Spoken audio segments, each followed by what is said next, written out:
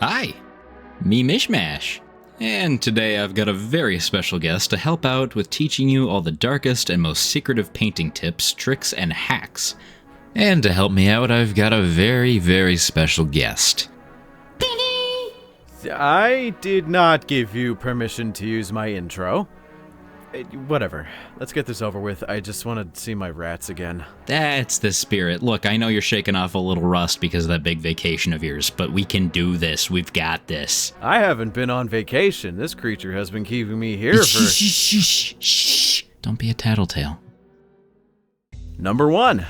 Simplifying the two thin coats recipe. The old adage of two thin coats has been ingrained into the minds of painters since, well, Duncan was employed by GW to give painting tutorials. Hell, there's a whole brand dedicated to it that he created. But what the elite don't want you to know is that you can simply apply two thin coats at the same time.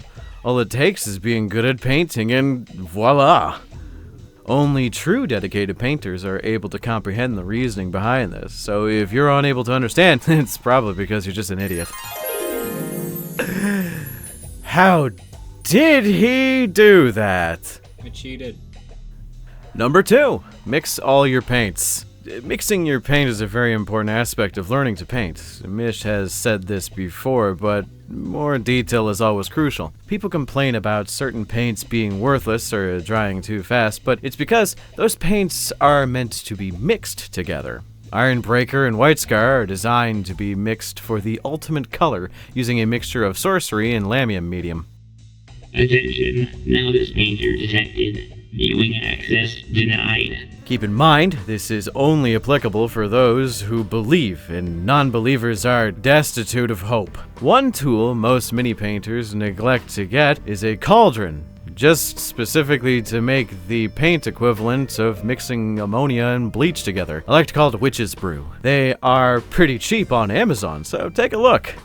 Number 3, make sure to stomp out the competition without mercy.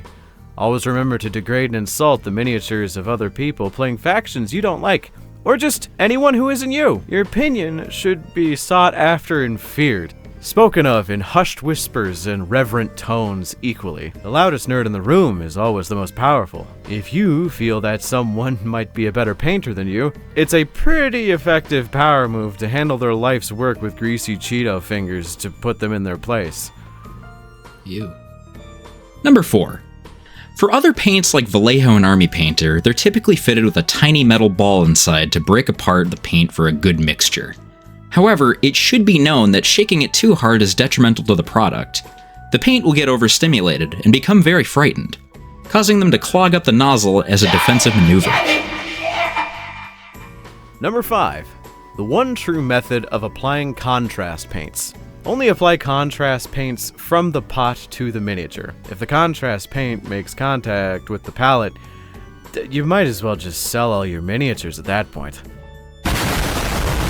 Science cannot explain why, but if you even think of putting your contrast paint to a palette and not directly on the miniature, your miniatures automatically just look significantly worse. We would explain why, but the reasoning is so complex that you'd probably end up scratching your head until it was raw and bloody. So just don't do it. Basing materials are expensive and superfluous. You have the entire world around you at your disposal. You probably have a bunch of rocks, sand, and dirt in your backyard, and this is perfect for miniature bases. In fact, I found this in my backyard just 15 minutes ago. Check this out.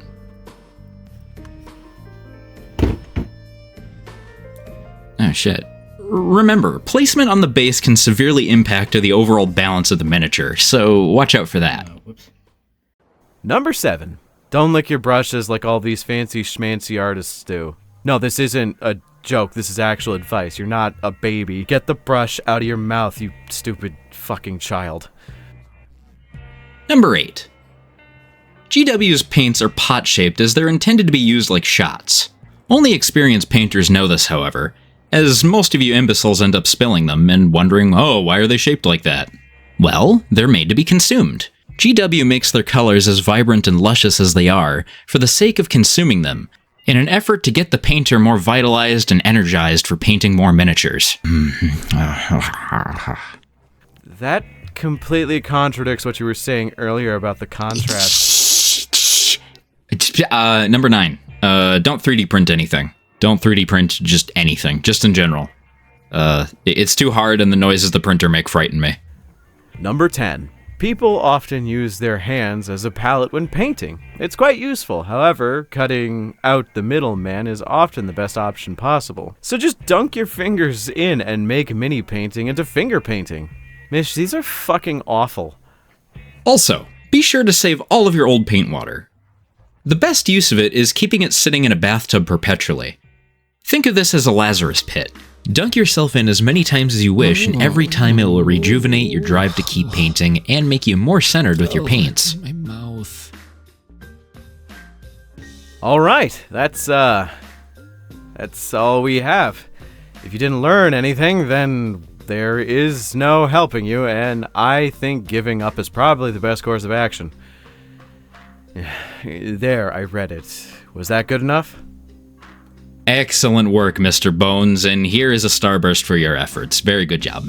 Oh, fuck yeah, orange. Do my outro first. Mishmash, kit bash, and paint some fantastic miniatures. And you're gonna. I promise. See ya.